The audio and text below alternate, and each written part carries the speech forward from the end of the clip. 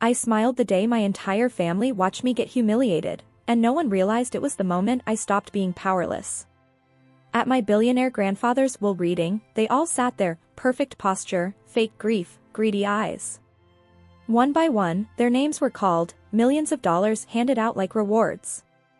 My father got exactly what he expected. My brother couldn't even hide his smirk. Even my mother, who never defended me once in her life, walked away richer. And then it was my turn. They looked at me like I didn't belong there. Like I never had. $50. That's all he left me. My brother laughed. My father didn't even try to hide his satisfaction. And my mother? She didn't say a word, just like always. But what they didn't know was that those $50 were never meant to make me poor. They were meant to expose them. And what I discovered next changed everything. So before I tell you how I went from being the most humiliated person in that room to the only one who truly won, I want you to do something real with me. If you've ever been underestimated, ignored, or made to feel like you were worth less than everyone else, hit like on this video. Not for me, for you. And in the comments, tell me this: what's one moment in your life where someone completely misjudged you? I read those.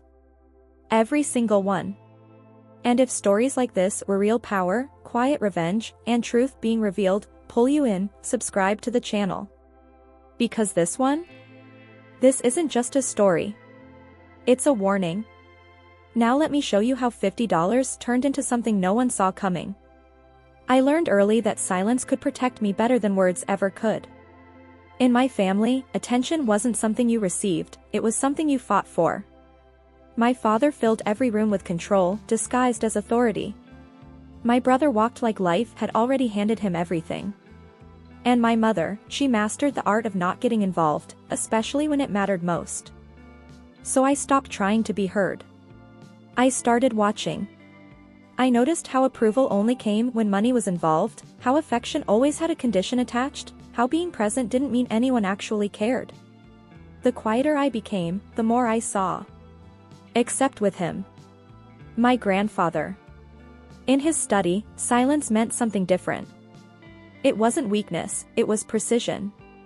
He didn't waste words, and when he looked at me, it felt deliberate, like he was seeing something no one else even bothered to notice. People show you who they are when they think no one is paying attention, he once told me. I believed him. Because while everyone else ignored me, I was learning everything about them. And at the time, I still didn't understand why that mattered so much.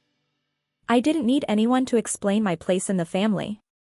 It was clear in the way conversations shifted when I spoke, or didn't. My father never raised his voice at me. He didn't have to. His disappointment was quieter, colder, like I had already failed at something no one bothered to tell me I was being tested on. With my brother, it was different. He praised him loudly, openly, like he was building a legacy in real time. And me?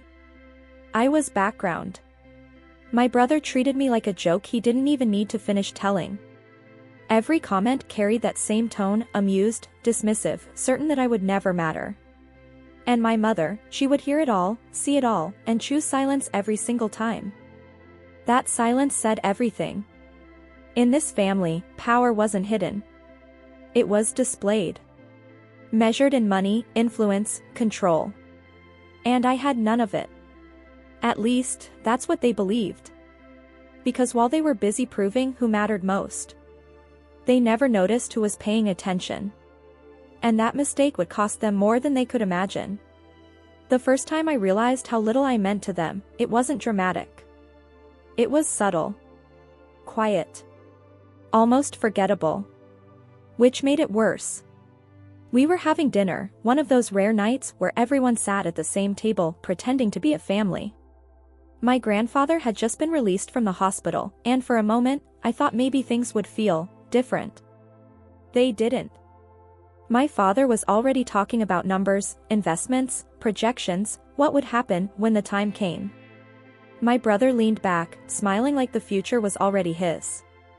My mother nodded along, distant as always. And then my grandfather spoke.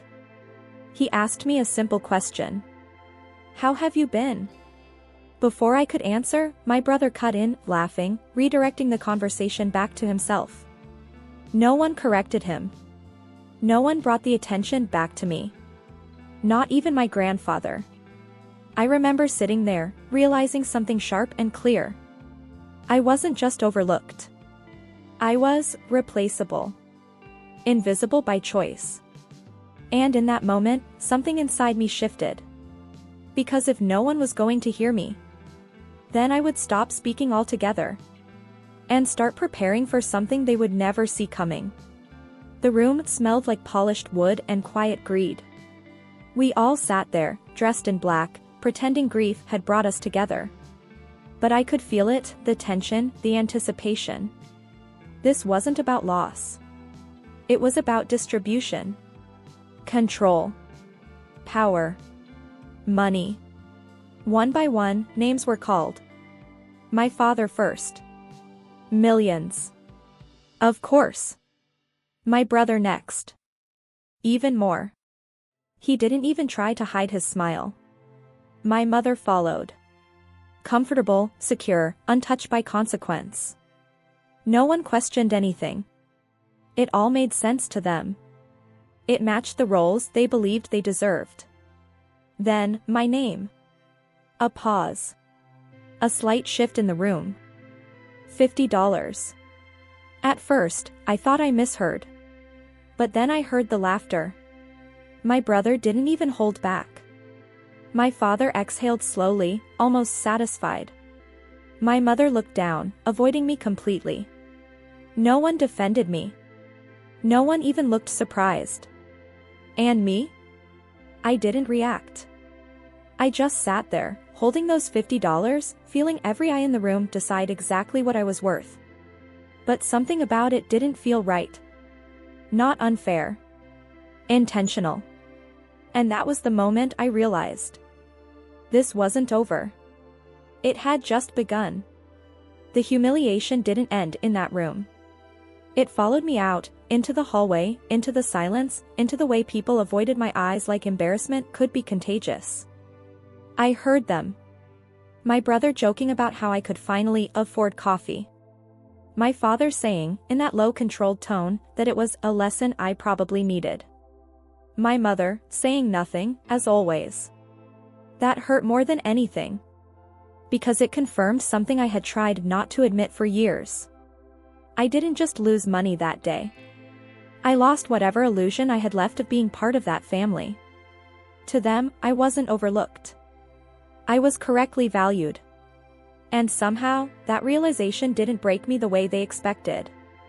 It emptied something instead. Quieted everything. Because when you understand you have nothing left to lose. You stop reacting. You stop begging. You start thinking. And as I stood there, those $50 still in my hand, I realized something else. If this was truly what he wanted, then why did it feel like a message? And more importantly, what was I still missing? I didn't go home right away. I walked for hours, those $50 folded in my hand like they meant something I couldn't yet understand. The city moved around me, loud, indifferent, just like my family. But inside me, everything had gone quiet. No anger. No tears. Just distance. For the first time, I wasn't trying to fix anything. I wasn't replaying conversations or wondering what I could have done differently. That part of me, the one that needed their approval, was gone. And in its place, something colder took over. Clarity. I sat alone that night, staring at those bills under a dim light, replaying every moment I had ever spent with my grandfather. Every word. Every habit. Every detail he had ever insisted mattered. He wasn't careless. He never did anything without purpose. So this wasn't a mistake. Which meant one thing. I wasn't the one who had lost that day. I just didn't understand the rules yet. And until I did, I wouldn't say a word. Because silence, I realized, was where the real answers were hiding. I could have reacted like they expected. Cried. Argued. Demanded answers. That would have made everything easier for them. It would have confirmed their version of me. But I didn't. Because deep down, I knew something they didn't. He never did anything without intention. And if those $50 were all he left me on paper, then whatever really mattered was somewhere else. Hidden. Waiting. So I made a decision that night. I wouldn't confront anyone. I wouldn't ask questions. I wouldn't give them the satisfaction of seeing me break. Instead, I would do what I had always done best. Observe. Analyze. Connect. I laid the bills out carefully, smoothing every edge, studying every detail, the texture, the markings, even the wear. Not like money. Like information. Because that's what it felt like. A message I hadn't decoded yet. And if I was right, then the real inheritance wasn't gone. It was just concealed. Which meant one thing. They thought the story had ended. But for me, it was just beginning. After the reading, everything in their world went back to normal. My father celebrated quietly, subtle calls, private meetings, the satisfaction of a man who believed he had won something permanent. My brother didn't even try to hide it. He started spending before the money fully settled, laughing louder than before, acting untouchable. And my mother disappeared into comfort like nothing had ever happened. As for me, I became irrelevant again. Which was perfect. Because invisibility is not always defeat.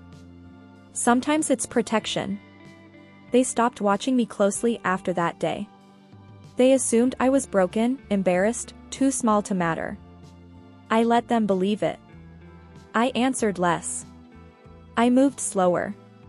I became exactly what they expected, someone who had accepted her place. But behind that silence, I was listening to everything. Names. Transactions. Conversations that weren't meant for me.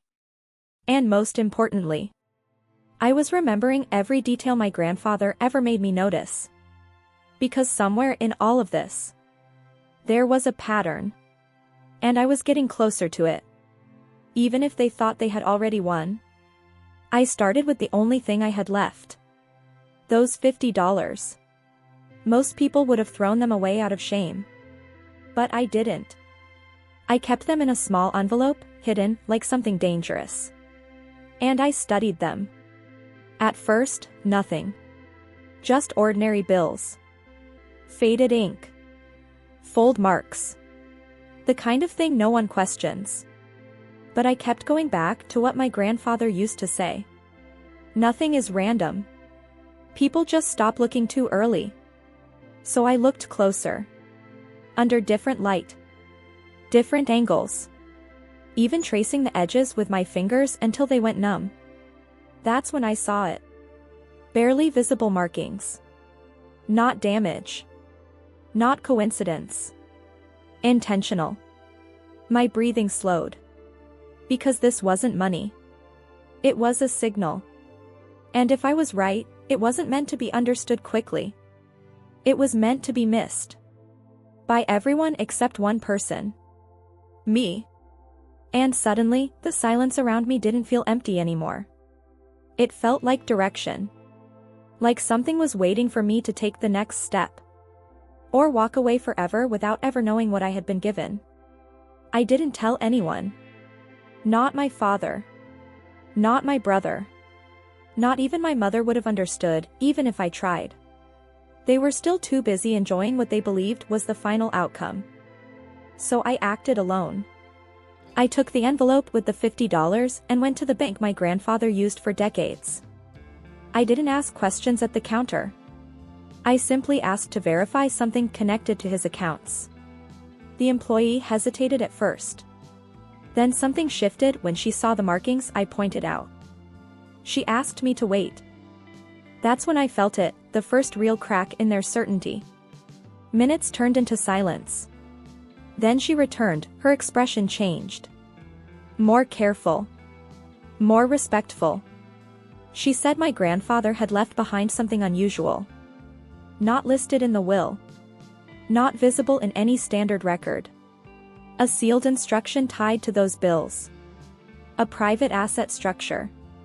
And my name was attached to it. My heart didn't race. It steadied. Because now I knew.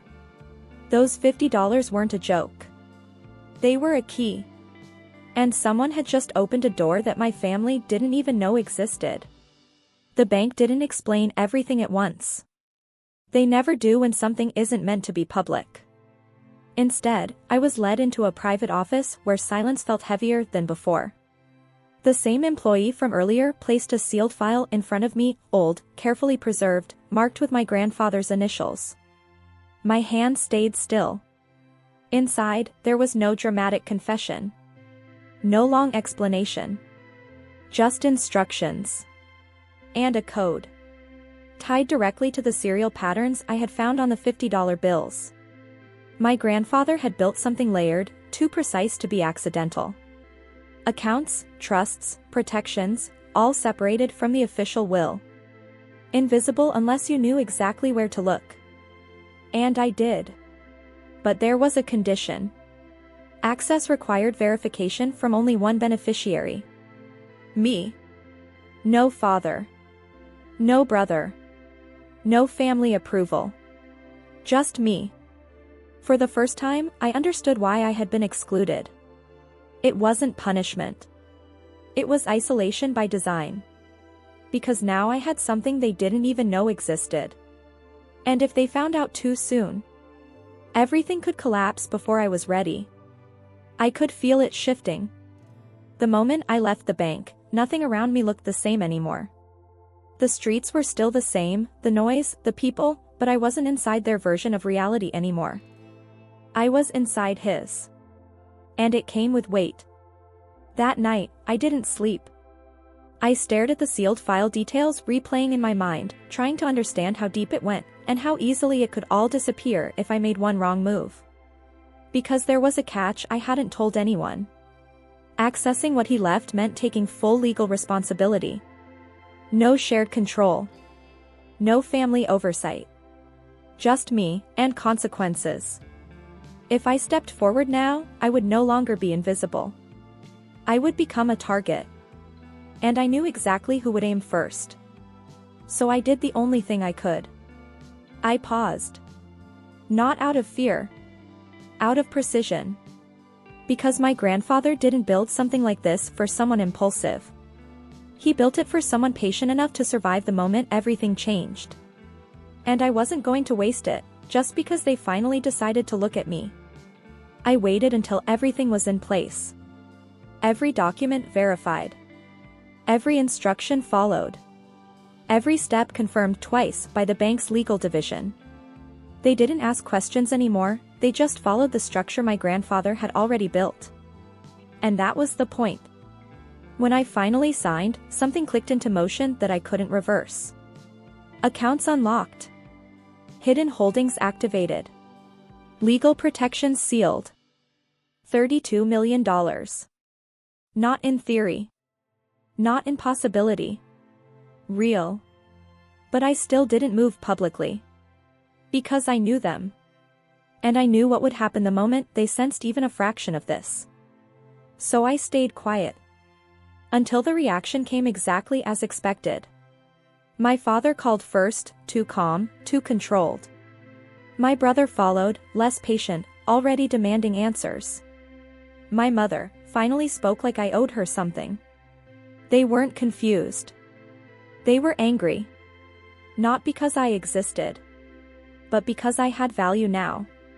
And that's when I realized. The real inheritance wasn't the money. It was watching them reveal themselves completely, without me saying a single word. They showed up together. No warning. No courtesy. Just pressure disguised as concern. My father spoke first, calm but sharp, demanding clarity. My brother didn't wait for answers, he accused me of manipulation, of hiding what belonged to the family. My mother stood behind them, silent as always, but her eyes didn't leave me. They had already decided what I was. A problem. I placed the file on the table. No emotion. No urgency. Just truth. I explained everything, the $50 bills, the markings, the bank verification, the hidden structure, the 32 million. Every detail. Every step. I didn't raise my voice once. Their confidence cracked in real time. My brother laughed at first, then stopped. My father tried to regain control, but his questions got shorter. My mother finally spoke, but it wasn't defense, it was fear. Then I showed them the clause. If they attempted legal action or coercion, their inheritance would be revoked entirely. Complete forfeiture. Silence filled the room. For the first time, they weren't looking at me like I was nothing. They were looking at me like they had already lost.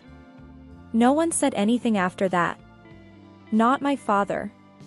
Not my brother. Not my mother. The clause had ended every argument before it could even begin. The same people who once spoke over me, erased me, reduced me to a joke with $50, were now forced into silence by a document they couldn't fight. My father tried one last time to regain control through tone alone, speaking about family legacy, about unity. But there was no authority left in his voice. Only exposure. My brother couldn't hide it anymore. The arrogance collapsed into disbelief, then anger, then something quieter, fear disguised as contempt. My mother looked at me like she was seeing me for the first time in her life. Not as someone to ignore. Not as someone to tolerate. But as someone she had failed to understand at all. I didn't argue with any of them. I didn't need to. I simply confirmed what already was legally irreversible. The inheritance was mine, fully protected, fully controlled, and any attempt to challenge it would erase their own claims entirely. The truth wasn't dramatic. It was final. In the weeks that followed, they disappeared from my life one by one. No apologies. No reconciliation. Just distance, chosen too late to matter. The family didn't collapse loudly. It dissolved quietly, the way things do when power is removed and nothing else remains underneath. For a while, I lived alone with it all. Not overwhelmed. Not broken. Just free in a way I didn't recognize at first. No expectations. No silent judgments. No need to shrink myself to fit inside their comfort. But I didn't become what they feared. I didn't become like them. I built something stable. Quiet. Real. I secured the inheritance, not as a weapon, but as structure, something that would never control me the way it had controlled them. Years later, I had a daughter. And when I held her for the first time, I understood exactly what my grandfather had done. He never gave me money first. He gave me clarity. He showed me who people are when nothing is guaranteed.